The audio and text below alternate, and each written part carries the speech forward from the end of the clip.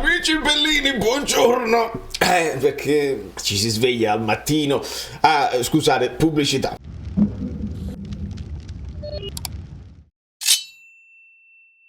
Sì, la pubblicità è importante. Si sveglia al mattino perché parla Spalletti prestissimo e quindi come l'altra volta. Aspetta, mi chiama pubblicità.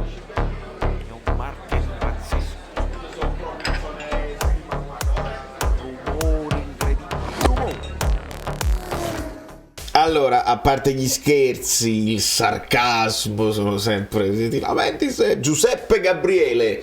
Benvenuto sul canale, benvenuti a tutti i nuovi iscritti. È notte, quindi ricordiamo sempre che è notte. Parole di Spalletti, che ce lo accarezziamo così. Vediamo un pochino di cosa si tratta. Lasciate un like per la pubblicità.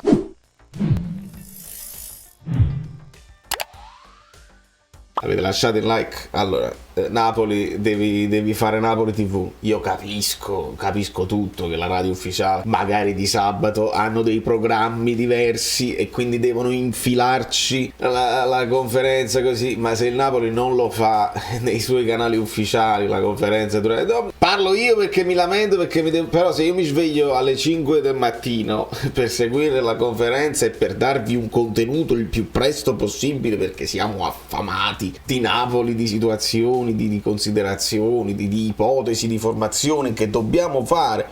Napoli, forza, perché siamo fortissimi sul campo, teniamo tantissime cose, il mercato è stato bravissimo, abbiamo fatto i complimenti a De Laurentiis, a Giuntoli. Napoli, forza, serve la Napoli TV, bisogna crescere sotto questo punto di vista. E devo segnalare, perché lo volevo fare ieri e non l'ho fatto, ancora problemi seri, problematiche serissime per i disabili che cercano di comprare il biglietto, si prenotano, vanno il giorno che si aprono i biglietti, per esempio per Napoli-Juventus, vanno 2 minuti prima e già sono esauriti perché non mettono più in vendita. Quindi che lo scaricabarile tra il Napoli Calcio e il Napoli e Napoli Città, il comune, non mi interessa, qualcuno faccia quello che deve fare, è inaccettabile che un Napoli primo in classifica si comporti come l'ultima della squadra dell'eccellenza sotto questo punto di vista. Quindi non mi interessa chi è il responsabile, se è il Napoli o Napoli Città.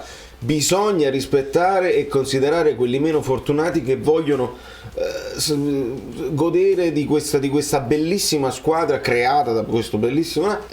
Fate quello che. Pubblicità. Allora, Spalletti comincia con 1 minuto di raccoglimento per Vialli, che poi non lo so perché non l'ho visto, però si fa, a quanto ho capito, si è fatto proprio in conferenza il minuto di raccoglimento per Vialli, e ci penseranno anche perché per Sinisa poi non c'era conferenza e quindi ci ha tenuto a ricordarli entrambi.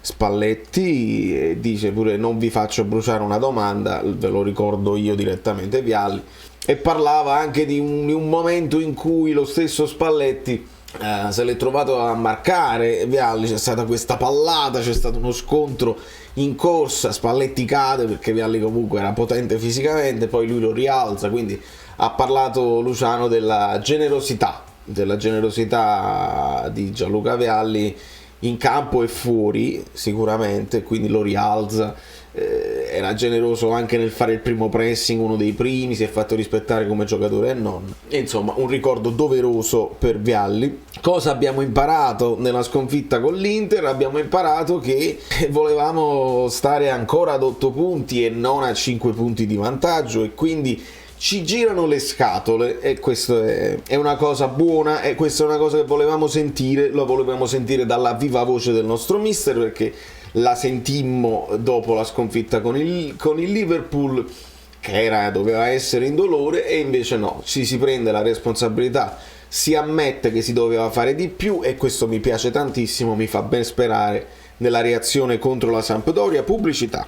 Però Spalletti tra le righe riesce a dire anche contro squadre allestite per vincere, fatte come l'Inter. Insomma, Spalletti ci vuole anche ricordare, ed è una cosa che fece anche l'anno scorso, che il Napoli non viene costruito per vincere, ed è strano dirlo adesso perché sembriamo più forti delle altre e meriteremmo quest'anno anche di vincere lo scudetto per quanto fatto finora, però è un percorso e Spalletti fa bene a ricordarci il percorso, perché il Napoli, comprando dei giovani e rifacendo tutta la gran parte della rosa senza più senatori, è difficile considerare questo tipo di mercato un mercato che si fa per vincere subito. Il mercato che fai per vincere subito è quando compri, quando riprendi Lukaku, che dovrebbe essere già pronto, quando prendi Di Maria e Pogba, che sono già pronti.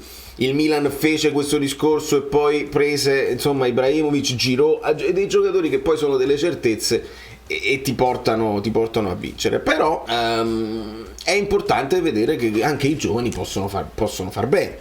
E quindi è importante che i giovani in questione abbiano le scatole rotte e che vogliano rifarsi e sicuramente riprendersi il mal tolto. Ecco, riprendersi il mal tolto. Il turnover già previsto, perché gli si chiede un pochino del turnover e lui dice sì, ma al di là di quella che è stata la prestazione, ecco perché adesso noi dobbiamo riconsiderare questa formazione e mi potete dire voi nei commenti, vi potete sbizzarrire perché Spalletti ha fatto capire che 3-4 giocatori potranno cambiare in questa formazione iniziale. Un turnover già previsto perché noi pensiamo sì, contro l'Inter poi la Sampdoria per riprenderti, ma devi pensare anche che tra poco ci sarà subito la Juve, quindi sono tante partite tutte ravvicinate.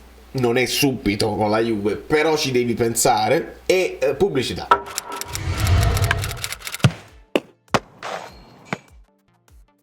Quindi, tornando dalla pubblicità, io non ho idea di cosa stava parlando Spalletti. Tra un po' nella trasmissione prossima se ne parliamo, ma io il video lo devo fare subito, sennò che cacchio mi sono svegliato a fare alle 5 del mattino per fare il video subito, così l'algoritmo gira.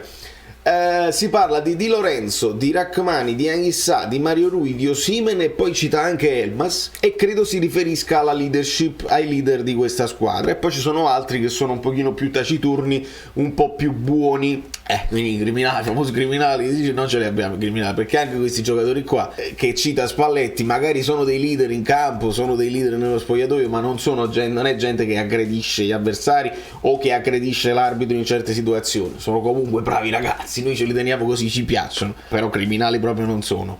Il 3-5-2 può essere un fattore, insomma l'Inter gioca così, la Sampdoria giocherà comunque con 3 difensori, forse anche la Juve, e vediamo un pochino la Salernitana, che non ho idea, me lo potete sempre dire voi nei commenti. Ci sono dei vantaggi e degli svantaggi. Tra i vantaggi che indica è che il 3-5-2 ti lascia un po' più i terzini liberi nell'impostazione e poi ti devi andare a prendere quegli spazi, li devi fare. E noi l'abbiamo fatto anche abbastanza bene con l'Inter, ma dobbiamo farlo meglio. E poi pubblicità. E così, ma la reazione si vede meno, la reazione credo si sia parlato della reazione, lo possiamo solamente intuire, si è vista meno perché alla fine sei contro l'Inter, che è una di quelle squadre preparata per vincere lo scudetto, quindi la forza dell'avversario ce lo ricorda. I tifosi un po' più maturi dopo questa sconfitta, prima ci si esaltava e poi ci si deprimeva subito, invece sono un po' più maturi. Spalletti dice sì, ci fa piacere questo, ma chi critica per la sconfitta la pensa come noi, cioè loro stessi non sono soddisfatti della sconfitta e della prestazione contro l'Inter, e questo è molto bene, molto bene. Quindi gli si chiede di Rachmani e dice che Amir ha fatto bene, e sicuramente lui intende più nella fase di costruzione, perché a Spalletti piace molto come costruisce dal basso Rachmani, ma un po' di turnover sì. E a questo punto noi, perché dalle sue parole si capisce che non vuole poi sovraccaricarlo al rientro da così tanto tempo, un giocatore che poi deve fare tutte le partite insieme, e allora Juan Jesus ce lo mettiamo, più Juan Jesus che Osterwolde in questo caso, perché per la velocità non hanno delle torri, sì, Gabbiadini è alto, dobbiamo vedere Lammers, ma più magari una questione di velocità, quindi in questo caso io mi azzardo con Juan Jesus a sinistra e Kim a destra, proprio per non cambiarne troppo. Quindi in questo caso vedi, ci mettiamo un'altra X e già ne sono cambiati 2 in difesa se facciamo così, e poi dobbiamo vedere gli altri giocatori. Si parla di Kvara, magari poco brillante, e lui dice se adesso voi dite che è poco brillante è perché magari non gli riescono quei dribbling dove si accende e diventa decisivo. Adesso lo difendo io, perché quando io poi lo punzecchiavo e voi non volevate parlare sempre di Kvara, adesso lo devo difendere io, e quindi cerca di difendere. Dice comunque ha fatto delle cose, degli spunti, è riuscito a trovare un po' di spazio anche per andare al tiro, a prendersi la responsabilità. Anche qui si può fare il discorso, si può fare un tentativo e un'idea. Lo mettiamo qua, un Elmas che sta girando questo video dove lui fa quella serpentina a partire dalla nostra difesa. Lui stava qui, se scarta 3 o 4 li mette a sedere. Un Elmas in grande forma, fa delle cose alla Kvara, no, fa delle cose alla Elmas. Diamo a Elmas quello che è di Elmas. E questa potrebbe essere un'altra delle novità che possiamo vedere contro la Sampdoria. E poi dobbiamo capire a centrocampo, pubblicità, addirittura partono le news. Vabbè, è proprio una cosa incredibile. Kvara in mezzo, gli si chiede se Kvara si può vedere anche sotto punta, praticamente un po' più in mezzo, perché qui lo raddoppiano molto e lui può fare tutto, può mettersi qua, può stare anche in mezzo, quindi quella soddisfazione mia di vederlo una volta anche giocare da sottopunta, sì, però dice Spalletti che a Kvara piace avere la linea, stare spalle con la linea del falo laterale per avere anche un vantaggio, quindi non può avere avversari alle spalle. Se lo metti qui non è la questione del raddoppio, il raddoppio in mezzo può avvenire ancora di più, quindi non è tanto metterlo al centro per evitare i raddoppi di marcatura come gli si chiede in conferenza, ma per me metterlo al centro per dargli più libertà di andarsene o a destra o a sinistra, perché Kvara a destra mette dei gran cross. Ecco perché io lo voglio sotto punta, per la possibilità di andarsi a prendere con gli spazi, come dice Spalletti. E quindi grazie a tutti. E poi si finisce, pubblicità. Allora ragazzi, questa è la situazione. Osimhen io credo che partirà sempre come Simeone, parte sempre Simeone titolare qui. Ci abbiamo messo Lozano, dubbio Elmas qui e un dubbio a centrocampo ce lo portiamo. Potrebbe vedere Ndombele al posto di Zielinski, Ndombele al posto di Zielinski, o potrebbe giocare anche al posto di Anghissà. Qui dobbiamo vedere se Spalletti vuole far giocare Zielinski per fargli ritrovare forma e brillantezza come ha fatto in passato, o se vuole dare un turno di riposo. Idem per Anghissà deve ritrovare brillantezza e passo, Lobotka lo vedo insostituibile, quindi abbiamo questi dubbi di Zielinski, magari di Kvara. Politano l'abbiamo già sostituito per una logica di alternanza con Lozano, Mario Rui per la logica di alternanza con Olivera. A questo punto mi gioco Juan Jesus dalle parole di Spalletti e quindi avremo 1, 2, 3 e 4 e 5.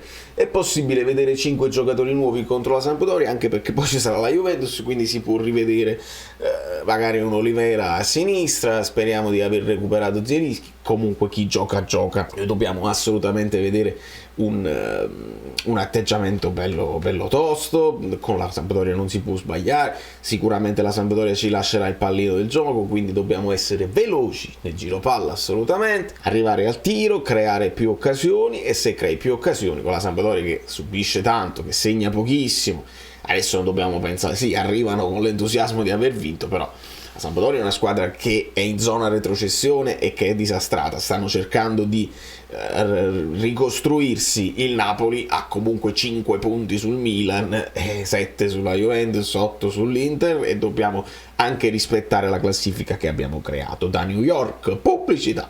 Valerio Fluido è tutto, non è una cosa contro Radio Kiss, io lo capisco, ognuno ha le sue esigenze e va bene così, però è secondo me il Napoli che deve farsi la Napoli TV e basta, perché la radio ufficiale, se non può seguire come si deve seguire i contratti, noi non sappiamo niente, però dà fastidio perché invece pure voi che la volete sentire subito, e poi il Napoli la posta, chissà se l'ha postata già, fatemi sapere nei commenti. Da New York il like che vi siete dimenticati. Ciao, sono Saveria Solida. Se arriviamo a 15.000 iscritti su YouTube è una cosa di cortesia, ma secondo me dovreste seguirlo anche su Instagram, @ValerioFluido. Fa tutte queste cose credibili. Sei iscritto pure a TikTok. Niente più, dai, basta, sei cringe. Quante cose.